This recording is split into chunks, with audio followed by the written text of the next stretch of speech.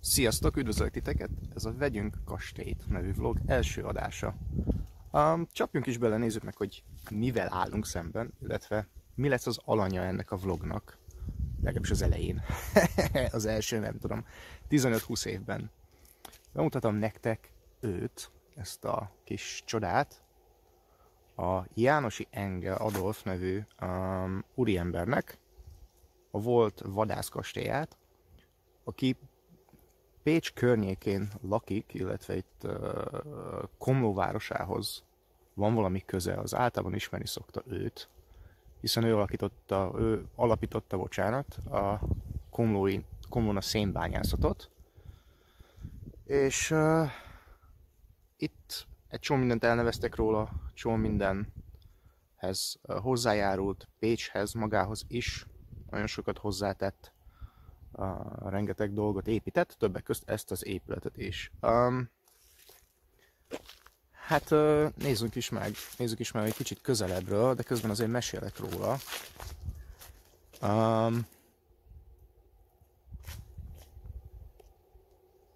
Nagyon kis hangulatos darab, historizáló, eklektikus stílusban épült, ha minden igaz. Legalábbis az okosok ezt írták a könyvbe, és én nagy általánosságban szoktam hinni nekik.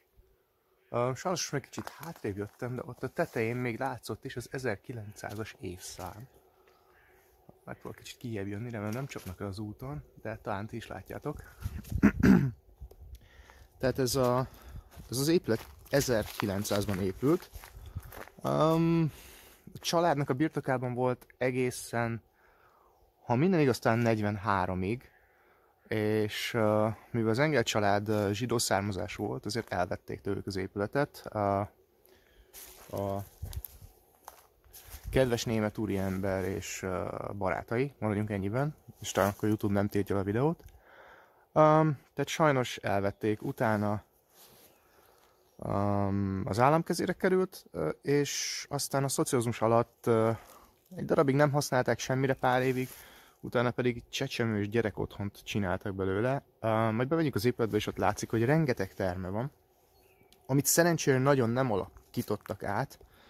Tehát ilyen válaszfalakat és hasonlókat húztak, de körülbelül ennyi. Tehát olyan nagyon komoly átépítés belül nem történt, legjobb tudomásom szerint. Aztán persze majd ezt is, akik jobban értenek hozzá, azok majd meg tudják mondani. Egy kicsit bővebben ki tudják fejteni.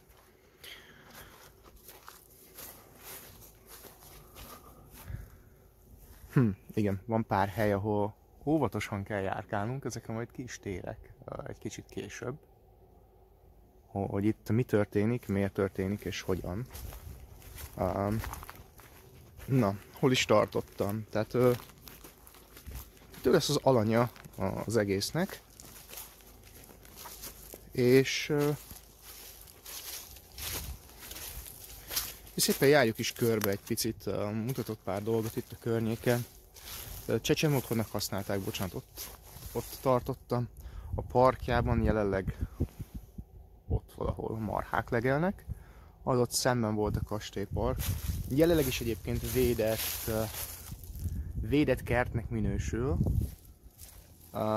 De marhát tartani lehet benne, tehát ezzel a probléma nincs elvileg.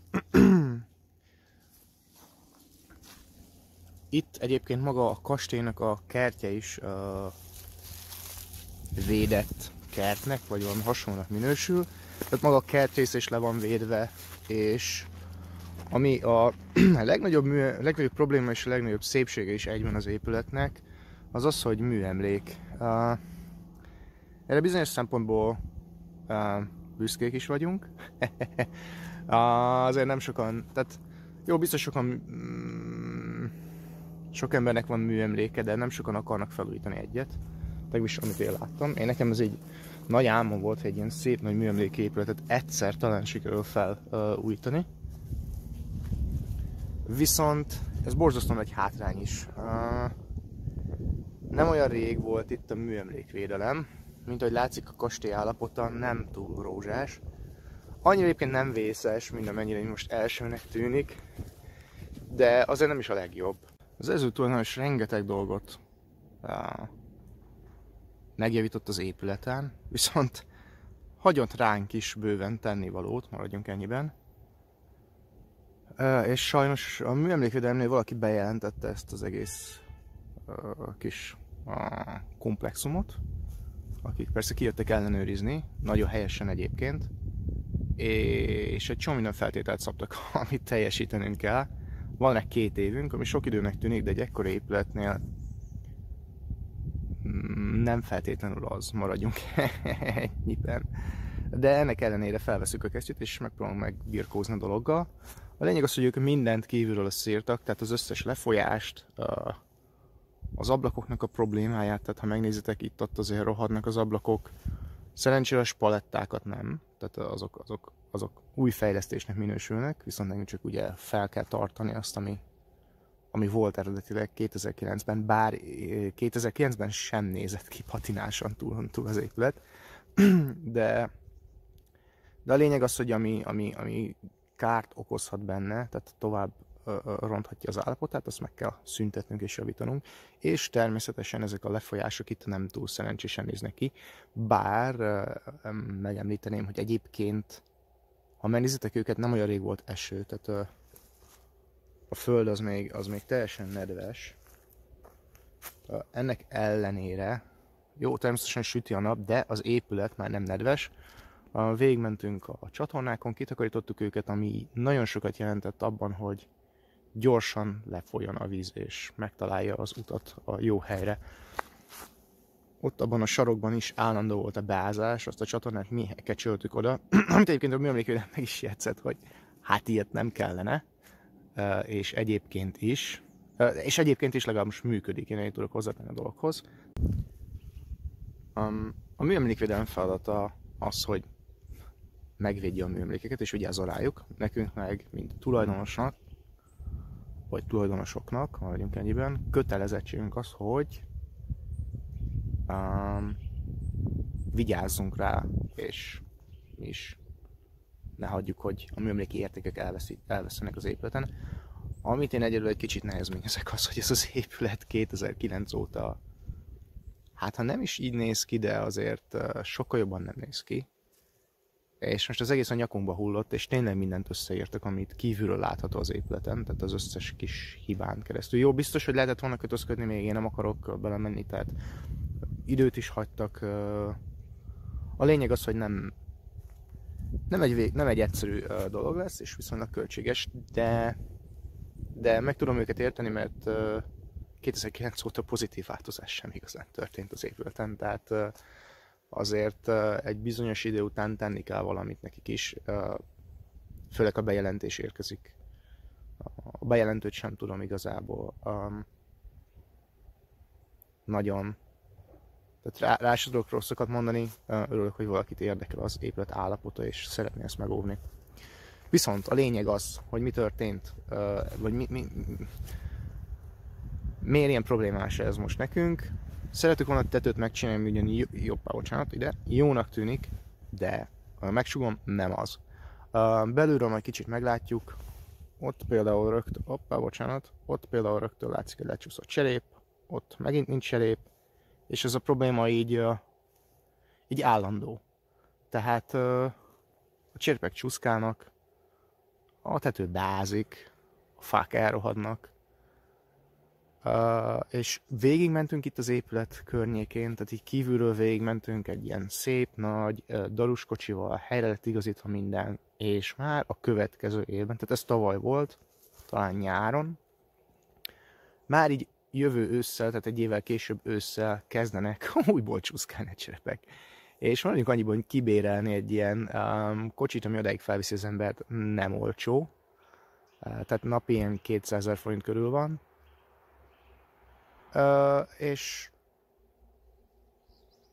És nem biztos, hogy erre szállnék 200-et. Az volt az eredeti terv, hogy megcsináljuk a tetejét az épületnek.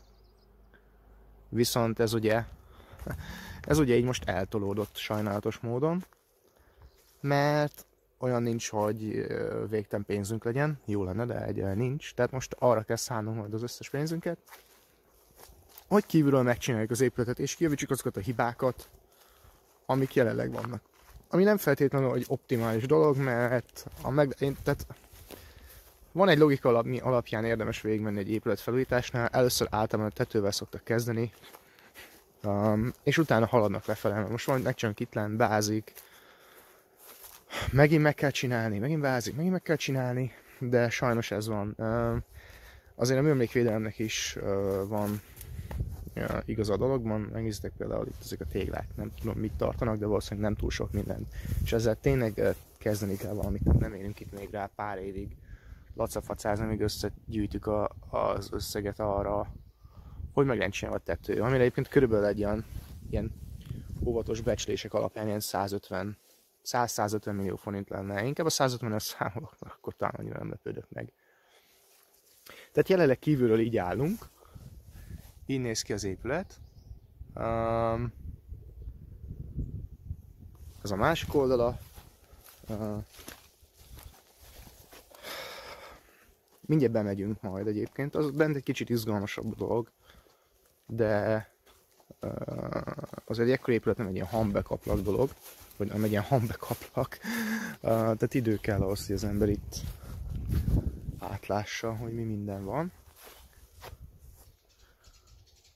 Így néznek ki a teraszok, amik összekötik az úgynevezett rizolitokat, tehát ez itt egy rizolit, ez a kis kiugró, és ezeket kötik össze a teraszok. Nagyon kis frappánsan egyébként.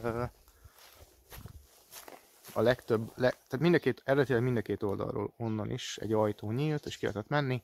Ezt ugye megszüntették, még látszik is talán egy kicsit a teteje, az ajtónak az íve. Ezt ugye megszüntették, amikor a gyerek otthonnal átalakították az épületet. Ha megnézitek, itt azért nem véletlenül panaszkodott a műemlékvédelem, például az ablakok állapotára is. Tehát azért ez nem a legjobb. Nem mondom, hogy olyan rossz, de ők arra panaszkodtak, hogy ha nem lesz vele csinálva valami, akkor tönkre megy, tehát le kell festeni. Már pedig ezek geréptokos ablakok, ha megnézitek őket, tehát itt tök jól látszódik.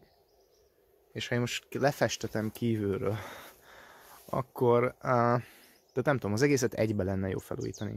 Tehát én most vagy felújítom az egész ablakot, vagy lefestetem kívülről. Miért problémás lefesteni kívülről?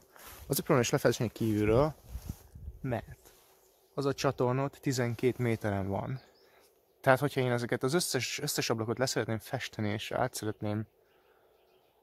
ki szeretném javítani rajta dolgokat, akkor fel kell itt állványozni, aztán egyel arrébb állványozni, aztán megint egy kicsivel arrébb állványozni, és az egész nap azzal megy, hogy ezt állványozunk, vagy kifizetem az állványozókat, meg az állványokat, meg minden, és meg ezt csinálom kívülről, belül ugyanolyan rossz lesz. Tehát az egyedüli szerintem járható út az, hogy az egészet felújítjuk, és akkor már olyan ablakok lesznek bent, amik aztán véglegesnek mondhatók, legalábbis most egy nagyon jó pár évig jók lesznek. Ami persze megint elhozza magával azt a dolgot, hogy bent szeretnénk szigetelést csinálni, majd kívül ugye nem igazán lehet, és még az ember meg is próbálná, sajnos sosem lesz olyan a szigetelés után a külső kinézet, mint amilyen eredetileg volt, tehát most például egy 200 éves házból lakunk, leszigetelték kívülről, hát nem sikerült hozni ezt a stílust, amit a régieknek igen. Hiába van polisztirol lap, meg mit tudom én, kivágni belőle még mindig jobb, mint megcsinálni kőből, vagy egyszerűbb, de ennek nem sikerült. Tehát sajnos nagyon jellegét vesztette az épület, és jelentősen jellegét vesztette az épület, amiben lakunk. Itt ezt el szeretnénk kerülni, tehát nem lesz semmiféle kívül levő szigetelés, amit egyébként a műemlékvédelem valószínűleg úgy se engedne, tehát meglepődnék, ha ilyet megengednének. Ezért kénytelenek leszünk belülről szigetelni. Hiába vastagok a falak, azért valamit szigetelni kell. Viszont ha már belül szigetel az ember, akkor ugye tudni kell, hogy mekkora legyen a szigetelés, annyival kijebb kell engedni a párkányt, és megint tehát probléma. Az ablakokat, azokat nem most gondoltam kicserélni, vagy megjavítatni, de valószínűleg nem lesz rá más lehetőség. Aztán lehet, hogy most itt az építészekkel már beszéltem, párral, akik ilyen műemléki épületekkel foglalkoznak. Lehet, hogy ők azt mondják, hogy van erre valami egyszerű megoldás, és tényleg lefestjük csak kívülről. El sem bírom képzelni, mennyibe kerül egy ilyen ablak. Nézegettem. Felújítás az olyan 200-300 ezer forint. Most 57 darab geréptokos ablak van az épületen. egyébként mindenféle ablakból, vagy hát nem geréptokos, bocsánat, 57 darab ilyen kis romantikus, romcsi kinézetű, barna geréptokos ablak van az épületen. Összesen kb. Olyan 100, tehát 90-100 körül.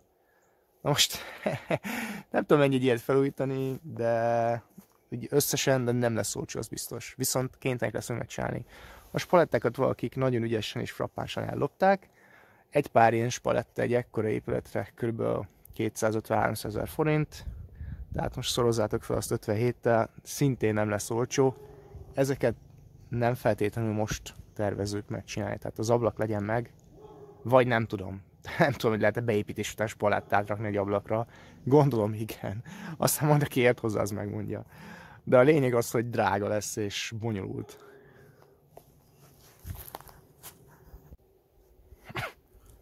Na, de hogy ne csak kintről legyen videó, és ne csak innen magyarázzak egy csomó mindent. Menjünk be az épületbe, és nézzük meg, mi van oda benn. Szóval sok embernek valószínűleg kicsit érdekesebb lesz. Úgy ezt itt megjegyezném, hogy be van az egész kamerázva, szóval ezek az állványok még itt vannak, de nem sokáig.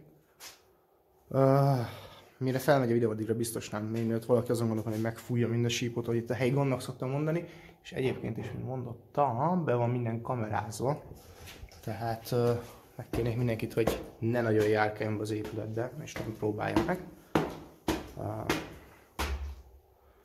Na, itt egy ilyen frappáns kis lépcső vezet föl rögtön a bejárattól, ami megy egyébként végig fel tovább. Nekem valami olyasmit mondtak, hogy ezek a lépcsőfokok elvileg eredetiek.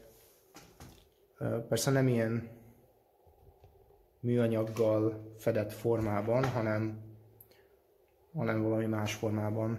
Amire szerintem talán itt ez még jó példa, itt látszanak, és azért eléggé ki vannak kopva ezek a fokok. De egyébként még ezek a korlátok is elvileg eredetiek. Bele van írva kis papírosában, ami járt az épülethez. Tehát minden szint úgy néz ki, hogy bejövünk. Van szemben egy ilyen szép kis terem. Abban majd mindjárt bemegyünk. Balra is egy folyosó. És jobbra is egy folyosó. És ezekről a folyosókról nyílik rengeteg kis szobácska, nagyobb szobácska, egész szobakomplexus, nagyon az túlzás, de azért szárnyakon elég szép nagy egybefüggő szobák vannak. Nézzük meg ezt a szobát, ami szerintem nagyon szépen néz ki normál esetben, kicsit itt most nagy a rumli, de egy szép kis fényes szoba szokott lenni jobb esetben.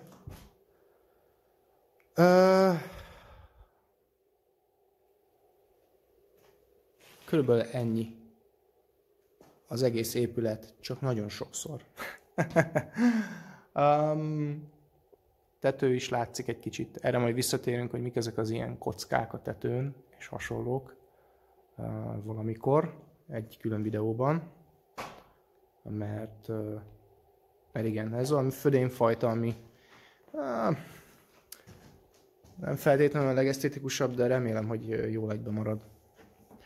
Na de, mászunk ide vissza középre, és nézzük meg azt, miközben én bemutatom nektek itt az épületnek az alsóbb szintjeit, hogy mit is tervezünk mit csinálni a kastélyépülettel. Ugye, mint látszik, itt azért elég sok minden van, eredetileg ami volt, ugye úgy értem, bocsánat. Tehát ez is például valami kis konyhácska volt. Meg vannak még a csapoknak a helyei a falon, a kiállások helyei. Szóval valamilyen olyan egység lehetett, ahol gondolom elmosogattak az étkezés után, meg ilyesmi. Itt van rögtön lent egy étellift, ami elvileg ott lenn volt a konyha, ott lenn, és akkor onnan jöttek föl a dolgok ide. Lehet, hogy ez pont az étkező volt, nem tudom pontosan mi lehetett, de az biztos, hogy egy csomó csap volt itt, tehát itt valamiket mosogattak, meg ilyesmi, lehet itt adták ki az élelmet, vagy a nem tudom, ebédet, vagy hogy fogalmazzak. Tehát a kiadónyílások lehet pont azért voltak. Logikusan arra tudnék gondolni, hogy ott fölhozták a lifttel, ott kiadták a kis ablakon, és akkor itt meg elmosogattak. tipre ennyi. Aztán aki dolgozott az épületben, az úgyis jobban tudja mindent. Nem akarok én nagyon okos lenni. De valami ilyesmi lehetett itt. De mit szeretnénk az épületből kihozni felújítás után? Gondolkodunk nagyon sok mindenen, sokan hotelt mondtak ide.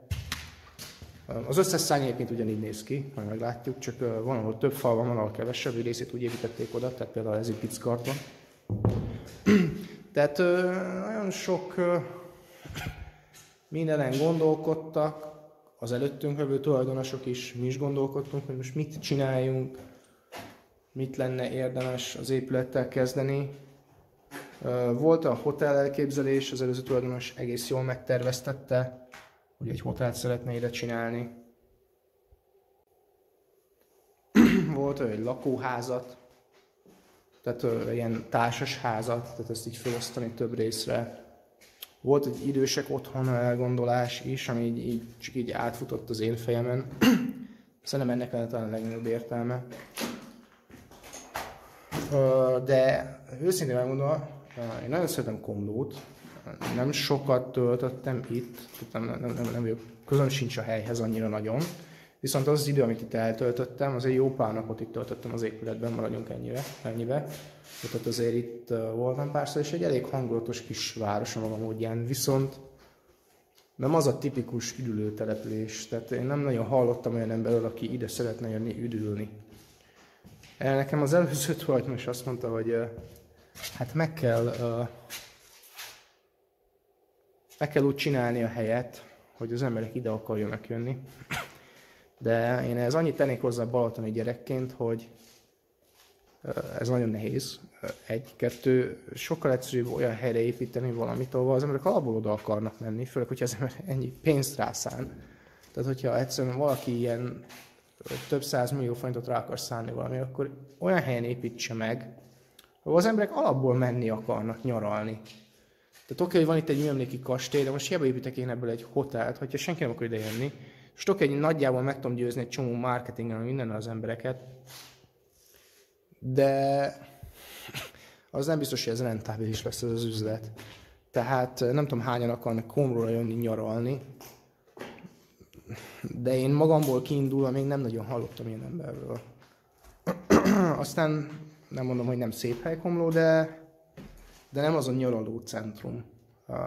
Sajnos. Tehát akkor mit szeretnénk? Néztük még, ugye volt ez a társasház, bementem a vízügyre, ott az egyik úriember megjegyezte, hogy hát igazából nagy kereslet lenne itt, vagy hát inkább úgy mondjuk, hogy nagy hiány van itt társasházakból, olyanokból, amelyek nagy szobaméretet biztosítanak. Tehát ami mondjuk az tehát nem csak egy kis lyuk, hanem aktuálisan nagyobb terek is elérhetőek. Na igen ám, csak amikor én összeadtam mindent, hogy kb. Mennyi lenne az épületet felújítani, ahogy mondjuk szerintem ilyen 500 millió forintos nagyságrend, hogyha ezt tényleg az ember úgy akarja megcsinálni, hogy kell. És ezt elosztogattam a szobákra, akkor mindenki azt mondta, hogy legalább annyi, legalább. Tehát az alsó határa. Ezt én elosztogattam, és valószínűleg alulbeslek. Tehát főleg itt az inflációnál már 10% az 50 millió forint, tehát maradjunk annyiba, hogy azért ezt így nehéz megbecsülni, nagyon nagy, meg minden, de én legalább ennyire tudnék gondolni. Akkor azt mondta nekem az úriember, hogy hát az kizárt dolog, hogy itt kifizetnének, főleg annyi eladó lakás van, olcsóbb árkategóriában, hiába kisebbek, de jelentősen olcsóbb árkategóriában, és sose fizetnék ki. Tehát ez a dolog is sajnos szerintem bukó. Na, nézzük meg egy dolgot, utána visszatérek ezekre a mit és hogyan. Ott az egy kicsi valami. Ott az egy szép, normális nagy ajtó.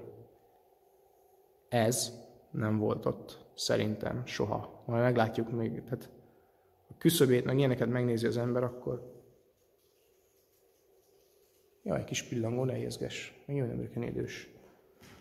Tehát ez volt az eredeti bejáró, és mindegyik teremben van tehát mindegyik oldalsó szárnynál van 2 darab ilyen ajtó, ami jobbra-balra megy. Az a kicsi, nem mindig van. És az csak egy kamu, szerintem. Szocializmus alatt rakták oda valószínűleg. úgy, hogy elvették valamelyik helytől az ajtó félfát, vagy hogy hívják ezt, és beépítették ide. Legalábbis én erre tudok tippelni. Aztán megint majd a nagyon bölcsek, meg az okosak megmondják. Az a furi, hogy itt ez a bejárati rész, ez nem olyan, mint a többinél. Majd visszatérünk rá, és megnézzük később.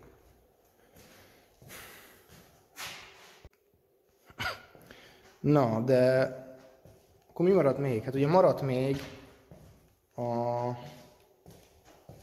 idősek otthona, amin én személy szerint gondolkodtam, de az egy borzasztó nagy befektetés lenne szerintem. Tehát ugye ezt olyan minőségben megcsináljuk, hogy én mondjuk akarnék egy ilyen helyet, és nem pedig csak az, hogy most itt akkor nagyjából gyorsan levakolunk, kigletteljük a izéket, meg nem tudom mit, aztán berakunk ide 150 embert. Tehát ha az ember nem így akarná megcsinálni, hanem mondjuk normálisan, akkor rettentően nagy összegekbe kerülne. És mivel nekem nagyon szimpatikus az épület, nem akarnám így összecsapni az egészet. Tehát az ilyen milliárdos dolog lenne, amire azért maradjunk annyiba, hogy nincs keret. Nagyon nincs. Tehát még ez az 500 millió forintos dolog is vagy sikerül, vagy nem. Nagyon nagy eséllyel nem sikerül. Én milliárdos dolgokban nem akarnék belemenni, tehát úristen, azért ez ijesztő. Én mit szeretnék akkor csinálni ide? Nagy valószínűséggel lakóházat, tehát megcsinálni egy szintet magunknak, aztán majd meglátjuk. Ez az egész zóna, amiben ez a része a kastélynak, vagy amiben a kastély van, a szolgáltató terület, de ott elvileg a tulajdonos lakhat az épületben. Tehát ez az elsőleges cél, hogy megcsinálni egyelőre ilyen lakásszerűnek legalább az egyik szinten, és aztán meglátni, hogy mi lesz. Jó vastagok a falak, de ezt azért még mi tervezzük majd szigetelni. Ami egy kisebb vagyon egyébként, tehát ezt így leszigetelni kisebb vagyon. Itt látszik, hogy mind a két oldalt ki lehetett menni a teraszra, csak ezt ugye frappánsan befalaszták, amit most egyáltalán fogunk kinyitni, mert az kb. 42 trilliónyi papír és egyéb kellene, és csomó pénzbe kerülne, kellene oda ajtót csináltatni, ami megfelelő művelőki szabályoknak, blablabla. Tehát egyszerűbb egyre hozzá sem nyúlni. De a hosszú távú terv az lenne, hogy a kastélyt az eredeti állapotába hozzuk vissza, vagy építsük vissza, vagy legalábbis valami olyasmit szeretnénk, ami az eredeti állapotra hajaz. Egyébként mindenki azt hinné, hogy ez egy borzasztó nagy terület. Nagy, de nem lehetetlen belakni a maga módján, legalábbis egy szintet biztos nem. Tehát egy magánlakásnak szeretnénk elsőre megcsinálni. Ezek a szárnyak lennének valószínűleg a hálók. Most, hogy itt egy fürdőszoba lenne, vagy valami más, mindegyik hálóhoz, azt nem tudom, ez majd ugye ki lesz, szépen meg lesz tervezve. De ezeket az oldalsó szárnyakat, ezeknek ilyen hálóknak, vendégszobáknak gondoltuk megcsinálni idővel. Ez személy szerint a kedvenc szobám, borzasztóan napos, nagyon szép innen a kilátás, felettébb hangulatos. Mindjárt kimegyünk a teraszra, és akkor szétnézünk itt egy kicsit. Tehát ha ez itt meg lesz csinálva,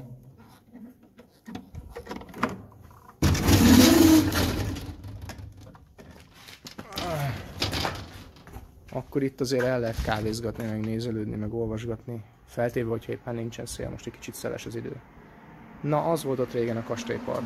Nem talán kicsit jobban látszik. Sajnos itt még korlát sincs, tehát ez itt feletté veszélyes, de egyelőre ez van. Nem kell a szélére állni, nem kell ugrálni semmin. És ilyenek, mert sajnos minden egy kicsit rozoga jelenleg. Ezen dolgoztunk nagyon sokat. Erről itt van egy cikk. Ez a fenette, mi történt itt? Ja, itt be lett leizézve, nem lehet találni az. szilózva. Szóval minden szét akar esni, minden úgy van megtákolva sajnos. Tehát ott fönt valahol valami bázik. És itt ez még mindig egy... Ó, bocsánat, még ezt szoknom kell. Ez itt minden egy kicsit vizes szokott lenni, azért nőnek itt páfrányok. Ezt meg kell majd oldani, mert a műemlékvédelemnek ez nagyon nem tetszik, joggal, okkal. Na, bocsánat, még itt a kamerakezelés egy kicsit tanulnom kell, még sosem volt ilyen a kezemben. Nem is egy nagyon drága eszköz. Jelenleg az épület van itt a prioritásban, és kevésbé a felszerelés.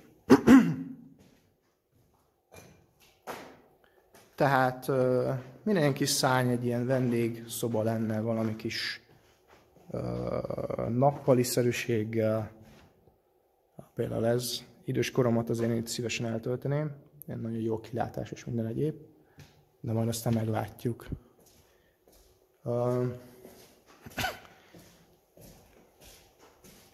Itt ezen az első részen, itt ilyen könyvtár lenne, meg ilyen dolgozószoba, ilyesmi. Ugye a hátsó részen mi lesz, azt még nem tudom. Ezeken, pedig ezekben a szobákban, elvileg itt ment át ajtó a szomszédba, innen. Hogy most itt is megvolt ez az ajtó, szerintem nagy valószínűséggel igen, de ezt majd a falkutatás fogja eldönteni, vagy valami ilyesmi. Én ezeket szeretném megcsinálni ilyen szalonszobának, tehát ilyen étkezőnek. Nem olyan nagyon nagy, de nem is kicsi. Most persze mihez képest nagyon nagy, és mihez képest kicsi. A kastélyterméhez képest nem olyan nagyon nagy, de mégis ilyen szalonszoba-szerűségnek, ilyen vendégfogadásra, esetleg étkezőnek használni.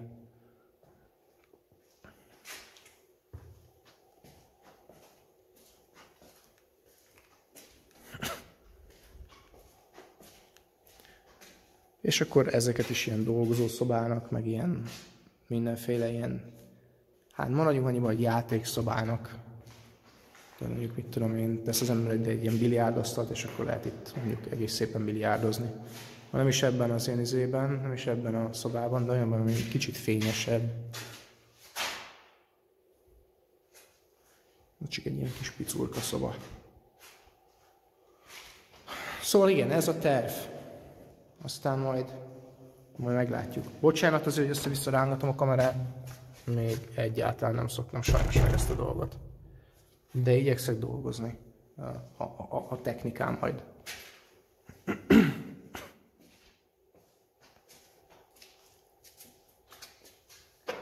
Igen, ezt már mondtam, itt ez a kicsi valami van. Kicsi ajtó, az kamu. Az eredeti az itt van, látszik is, hogy hol lenne az íve, vagy a teteje. De valamiért le van fedve. Na, ide gondoltam én egy ilyen mozi termet, tehát mondjuk így, vagy a lentebbi szobába, attól függ, hogy lesznek megoldva a dolgok.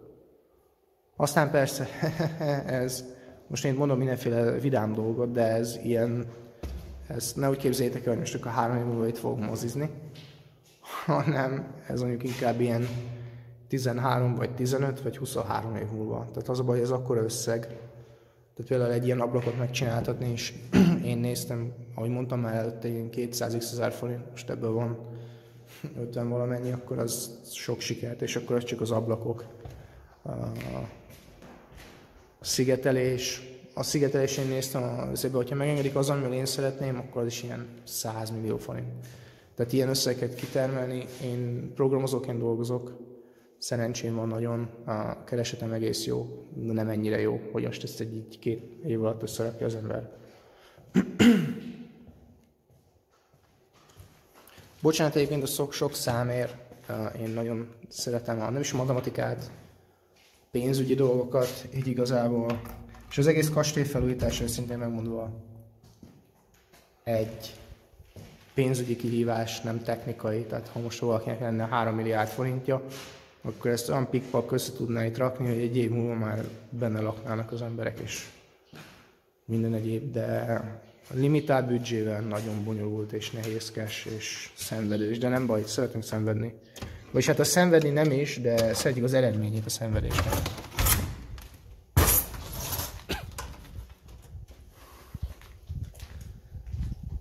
Ez itt a másik terasz. Hát itt azért vannak problémák, tehát mondjuk ezt az egy darab léc tartja ezt az egész cuccot sajnos. Még a padlásra gyorsan menjünk fel, nézzük meg mi van ott. Nem sok minden, csak úgy a problémahegyek, de nem baj. Megnézzük. A pincét azt legközelebbre hagyjuk. A pincében nagyon sötét van, és ha nem muszáj, oda most én nem mennék le. A sötétbe. Az kéne valami zseblámpa, fejlámpa, vagy ilyesmi. Vakut nem nagyon akarnám használni, mert nem látok semmit a jövő fényből. Ez a padlás. Itt szokott lakni egy nagyon frappáns kis aranyos bagoly és a fiókája, akiket most nem láttam itt a környéken, de szerintem csak azért, mert fönn voltunk már nem olyan régen. A mai nap folyamán is inkább el szoktak szaladni. Bocsánat. Sajnos kicsit beteg vagyok. Na, hát itt mit akarok én megmutatni? Igazából azt, hogy problémák vannak itt is bőven. Tehát például ez tudja, hogy nem egy elfogadott gerenda, főleg amúgy is úgy van megpatkolva. És ez így jellemző az összes gerendára itt. Tehát itt valakinek ide kell jönnie, aki ezzel foglalkozik, ilyen fa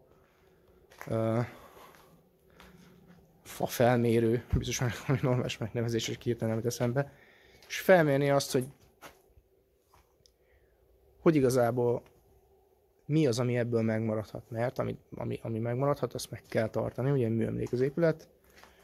Csak azt lehet lecserélni, aminek tudja, hogy mennie kell, mert már annyira elhasználódott. Tehát itt azért van szép kilátás bőven. Nagyon cuki. A szembelevők is. És azért lehet rajta még látni, hogy vannak azért ott ilyen érdekesebb fák is. Na mindegy, térjünk vissza a tetőre, a park az nem a miénk, sajnos. Viszont a tető igen, és a tetőnek ezáltal az összes problémája is a miénk. Itt azért van pár dolog, ami ki lett javítva, és bőven van még, amit ki is kell. Tehát itt, ha mondjuk most így felnézünk, megnézzük, akkor ez így pala. Tehát ez így pala. És ez így azért nem maradhat, tehát nem az örök élet plusz 5 év, ennek az életideje. Már jó ideje fenn van, és szeretnénk az egészet meg lecserélni. Tehát ha megnéztek itt a cserepeket, tipikus, el van törve. Meg van csúszva, le van csúszva, most ilyeneket itt nem találok, de van bőven. Tehát itt azért láthattok mindent, és ezeket javítani is kell. Ezek is éppen csak ott üldögélnek, tehát most itt mondjuk annyira nem, de eléggé korhadt az a fa. Tehát egyszer csak valami megrogyik, akkor szevasz, és a fedés rajtuk, hogy itt látszik a fedés, az éppen csak megvan. Tehát az ugye, mondjuk ezek azt hiszem úgy is vannak rakva, hogy így illeszkedjenek. Ezek így éppen csak így fedik egymást, és ha egyikkel valami probléma van, akkor onnantól fogva mindennel probléma van. És mivel nem egy friss darabok, szétfagyogatlan minden, ezért szeretnénk őket cserélni. És akkor az egész tetőt cserélni kell. Az megint egy gusztustalan drága dolog lesz, de meg kell csinálni. Viszont most jelenleg a legelső probléma az, hogy a műemlékvédelem kérésének eleget kell tenni, és ki kell javítani mindent, amit kértek. Addig pedig itt ez a pótcserép, amit majd fel fogunk használni arra, hogy javítgassunk, amit csak tudunk. Tehát javítsunk mindent, amit tudunk. Nincs mit tenni, ez van.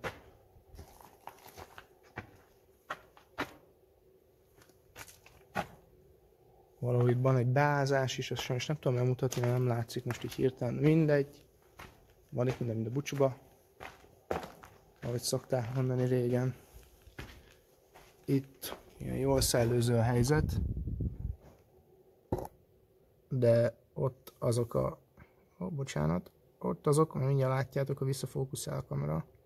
Mondom, visszafókuszál.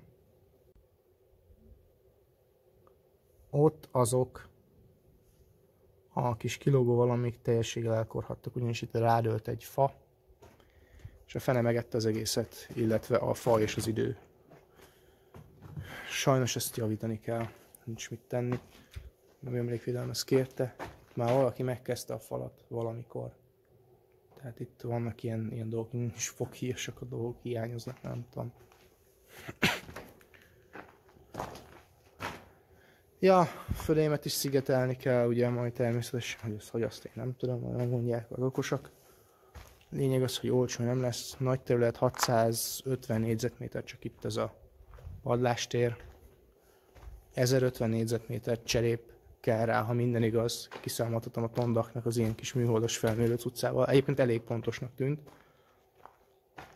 Tehát, ja, kell hozzá anyag. De mindegy, ez majd a jövő.